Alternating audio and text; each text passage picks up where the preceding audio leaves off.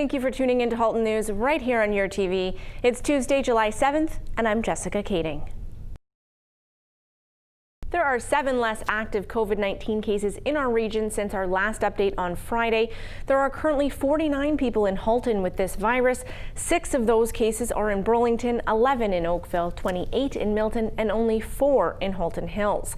The region is strongly encouraging the use of non-medical masks in all public indoor spaces for those over the age of 2 who do not suffer from breathing difficulties. Halton's Medical Officer of Health, Hamida Magani, does not believe it to be necessary to mandate masks in our region. But the Mayor of Oakville, Rob Burton, has called a special meeting to take place on Wednesday, July 8th of this week to consider the evidence for and against mandatory mask wearing. The public is invited to participate, and you can watch the discussion live on oakville.ca. Burlington's Mayor Marianne Mead Ward will also be bringing forward a proposal for debate and discussion on Thursday, July 9th, as well as a recommendation for Regional Council to bring forward a bylaw for discussion and debate at their July 15th meeting.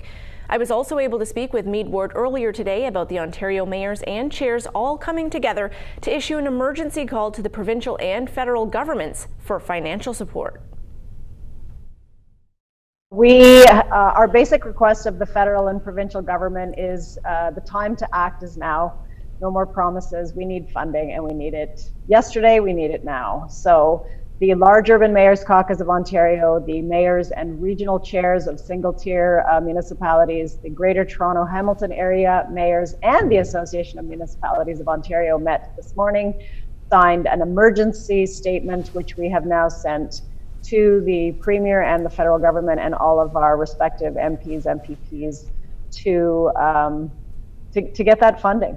You know, municipalities are on the front lines of delivering essential services. We are key to the economic recovery that will eventually happen after COVID, and we are not going to cut services, raise taxes, or raid our reserves unnecessarily when there are options through our funding partners. So that was our request. Now, how much funding are you looking for? So we haven't put a price tag on it. There have been discussions throughout the pandemic, really. The Federation of Canadian Municipalities, which is the national body, has asked for $10 billion. There's been some discussions about what that proportion would be for Ontario. But the basic request from us is it has to be 100% funded by federal and provincial, not a request for matching funding or split up somehow that municipalities come to the table. We have come to the table. We have reduced our costs. We've had layoffs. We have, in some cases, had to reduce services to start to contain costs. So we've done our part. And we've had added costs because of COVID-19 as well. So we've already brought money to the table, and now we need the federal and provincial governments to do so. Now, localizing this to Halton and specifically Burlington, any money that you were to receive for the city of Burlington, what would it be used on? So we have, a lot of it is operating funding. Because we are losing money, obviously, still our transit is free, and we did that for the safety of the drivers and passengers to keep them apart, so it's still rear boarding. Transit's been free for months. We had to cancel all of our spring programming, so we got no revenue from that. So we are looking for funding for sure to help with transit, because we know even when we start a return to collecting fees, we're not going to see the numbers return immediately on transit. People will be concerned about being in close proximity, and understandably so. So we need help to fund that. We also have added costs. So we, like businesses, we are having to buy masks. We are having to install if and when city facilities open. What are the barriers that we put in place to protect our staff? Those are all added new costs that we simply don't have the funding for. The mayor has also been working very closely with Burlington's Ward 4 Councillor Shauna Stolte, who's been leading the effort and conversation about mandatory masks in the city. I asked Mayor Mead Ward to update us on the next steps she's taking to further the discussion. So she and I have jointly sponsored a motion and a report that will come to our Corporate Services Strategy, Risk and Accountability Committee on Thursday, which we can action immediately at our next council meeting on the 13th. So It is really to put on the floor for council consideration a bylaw that would require masks in all indoor public spaces.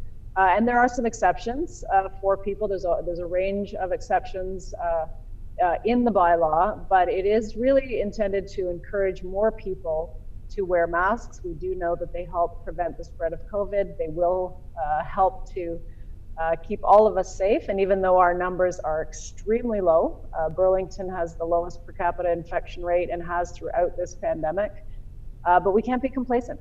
And as we especially head into stage 3 reopening, we need to take some extra precautions. And would there be fines involved as far as it being mandatory, do you think? So it's a new offense, so we don't have the ability actually to issue fines, and so we would have to apply for that subsequently. Toronto is to date the only municipality that actually has implemented a bylaw, and they have applied for fines as well.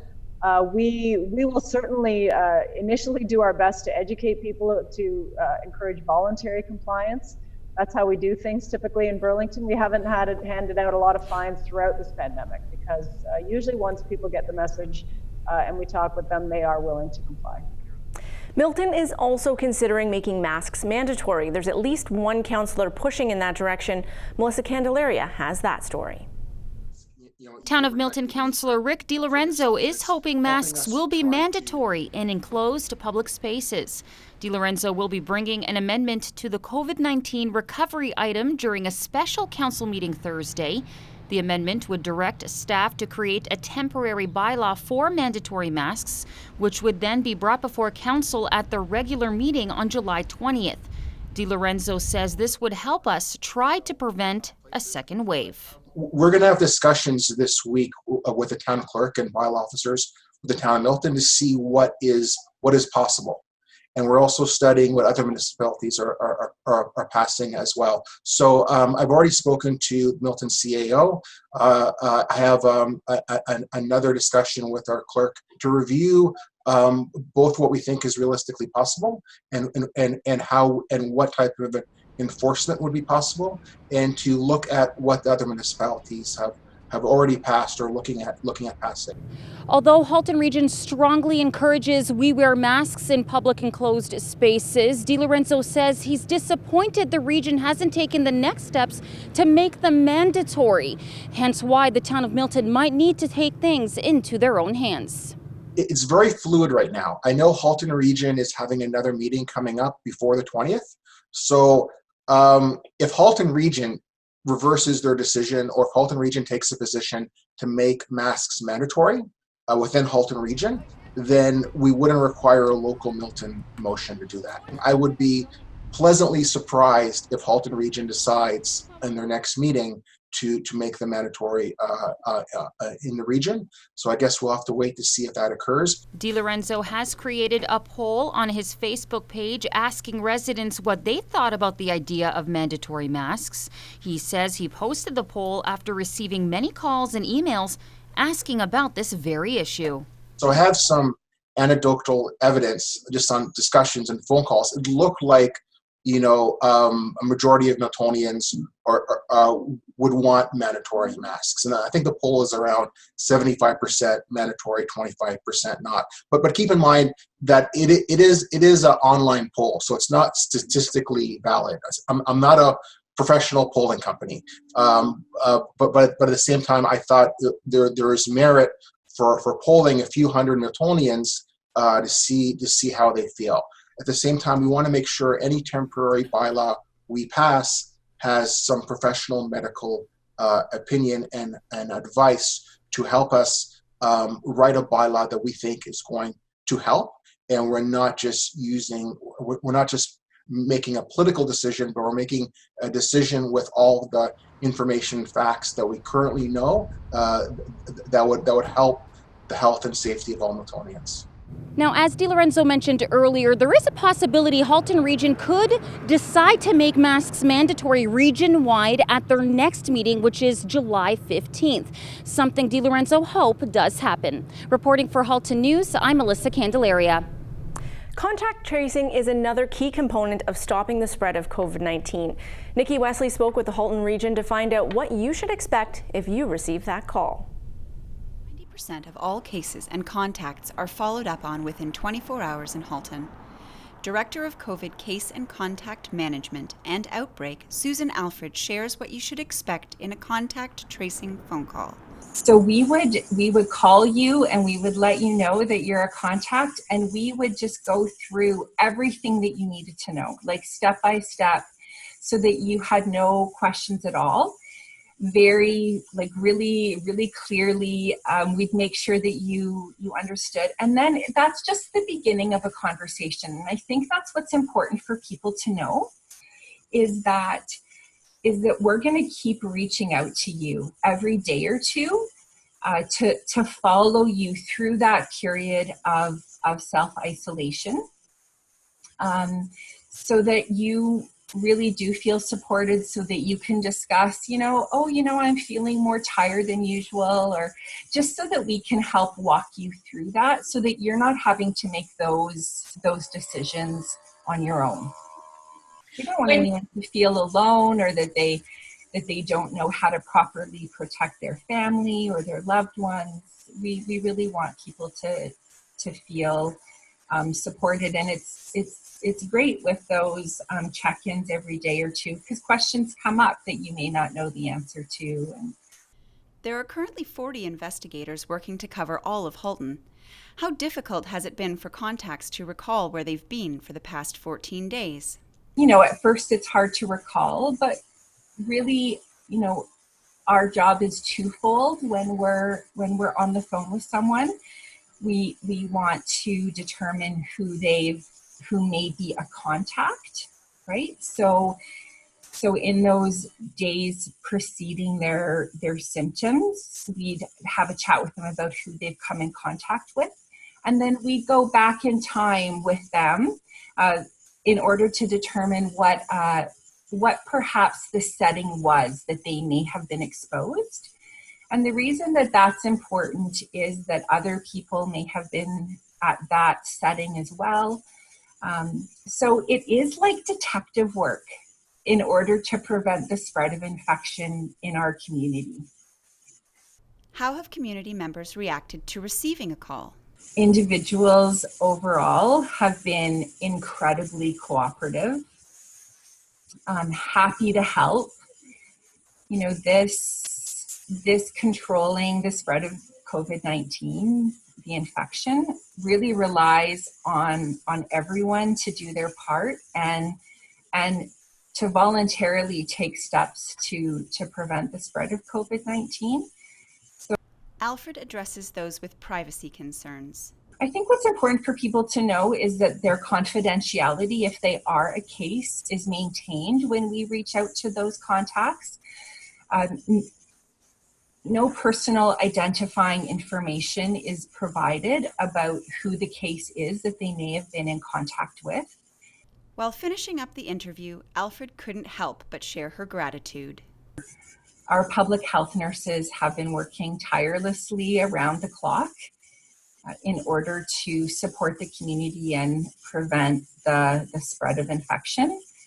So we're really proud and grateful to the work that they're doing. I just want to give a shout out to the residents of Halton for everything that they've done to make that happen as well. And they've made Halton Public Health's job a lot easier as well because of the efforts that they've taken. Reporting for Halton News, I'm Nikki Wesley. The Halton Environmental Network has launched a virtual summer camp, so if your kids are looking for something to do, we'll have those details for you up next, along with our local weather forecast. Stay with us.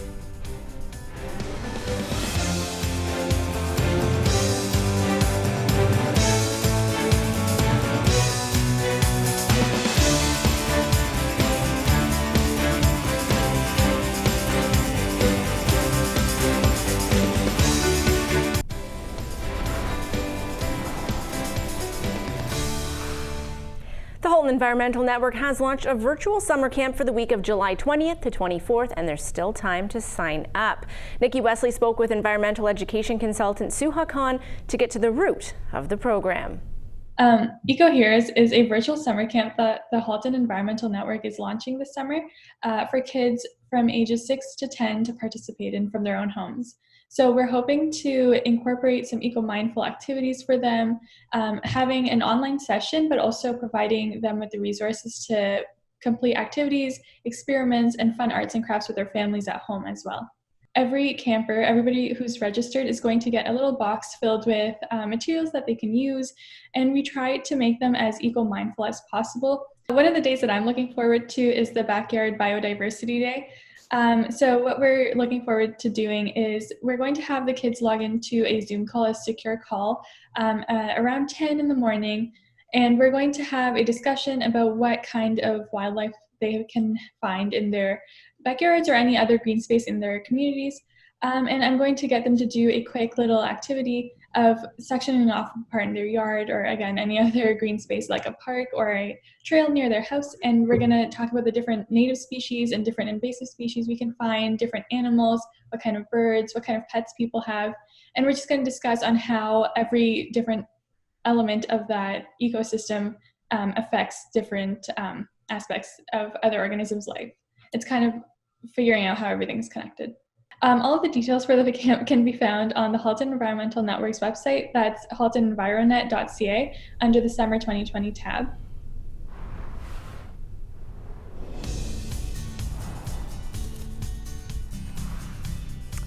And we are in the middle of a heat wave. A prolonged period of hot weather will continue through the rest of this week. A slightly cooler air mass may move into our area this weekend, but there is considerable uncertainty around that, so I don't want to get your hopes up quite yet. 33 degrees is our high on Tuesday with a mix of sun and cloud. 33. The 32 is on Wednesday, and then even hotter Thursday and not a cloud in the sky, so not much shade. Keep indoors and in air conditioning if at all possible. 34 degrees is our high on Thursday. Friday, again 33 degrees. And then there's that 70% chance of rainfall come Saturday. Still hot, 27 expected. More on that tomorrow.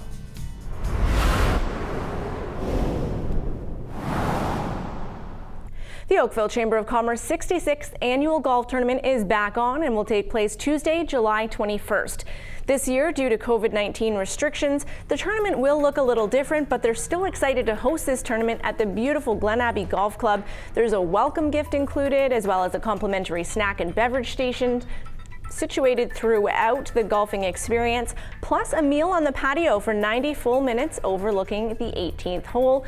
There's a limited amount of foursomes still available. To register, please visit oakvillechamber.com.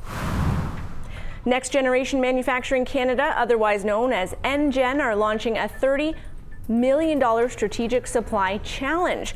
They're looking for opportunities where companies can deploy advanced manufacturing capabilities to establish globally competitive and sustainable production systems within Canada. If you'd like more information, join the webinar on Thursday, July 9th from 2 to 4:30 in the afternoon to discuss the program details, eligibility information, and how to apply. And now let's take a look at how some of Halton's top companies performed on the markets today.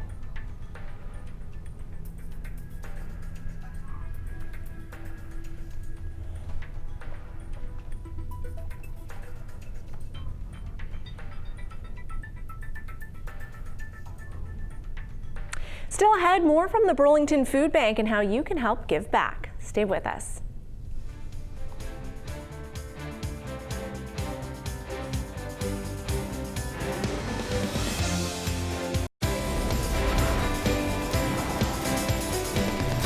Welcome back to Halton News. I'm Jessica Kading. The Burlington Food Bank has served 70% more this COVID-19 year compared to the same time last year. But despite this, they still say their services are underutilized. There's plenty of food to go around, and they want to ensure that you know you will not be turned down. They serve everyone, families, kids, students, seniors. They do not discriminate. The Executive Director, Robin Bailey, has more. We just want to remind people that we're here to help out whoever needs the help. Whether it be a family with little kids, we do snack packs for kids that include a couple of weeks worth of juice boxes, as well as individual snacks that would normally last a couple of weeks worth of school. And we also help out seniors, especially right now during COVID, that we've been able to start our delivery model. And we've really seen quite an increase in the number of seniors that we're able to help. So we're glad that we're able to assist seniors in that way. Finally, we also are doing everything we can to help families that are working. So if you work and you aren't able to receive your delivery or be able to come by for a curbside pickup during a normal morning, we also have Thursday evenings. So if that's a little bit better for you, make sure you contact us either via an email, info@burlingtonfoodbank.ca, or give us a call at 905-637-2273, and we can make arrangements for either our normal daytime deliveries or curbside pickups or our Thursday evening. The City of Burlington will host another COVID-19 teletown hall on Thursday, July 17th from 6 until 7:30. The focus will be on what summer will look like in our city now that splash pads, pools, parks, and camps are reopening, and what we can expect as we head into the autumn when our schools and businesses continue to reopen more fully. We'll also be broadcasting this live right here on your TV. For those of you looking to nourish yourself with farm-fresh fruits and veggies, support local farmers while you're at it and go to a local farmers market. They're ongoing this summer in each of our municipalities, including in Burlington, where the Burlington Lions Club hosts the farmers market in the south parking lot of Burlington Mall every Wednesday from 8 a.m. to 2 p.m. In Georgetown, there's a farmer market coming up this Saturday, July 11th from 8 a.m. to 12:30. That will take place on Main Street South in Georgetown. And the Milton Farmers Market is also on Saturday from 9 a.m. to noon at Country Heritage Park, which is located at 8560 Tremaine Road in Milton. They are also offering pre-orders for those who know what they want and just want to come and pick it up. For those who prefer to shop in person, there are vendors outside as well as inside Gambrel Barn. This market is temporarily located there. They will update us with a new location when we find out. We'd love to hear from you. If you have any story ideas, please do reach out and email us at haltonnews@cogeco.com. You can also find more content on our website at yourtv.tv. We're on social media. You can find us at YourTV Halton on Facebook, Twitter, and Instagram. For Halton News, I'm Jessica Kading, and we'll be live again tomorrow night at 5:30.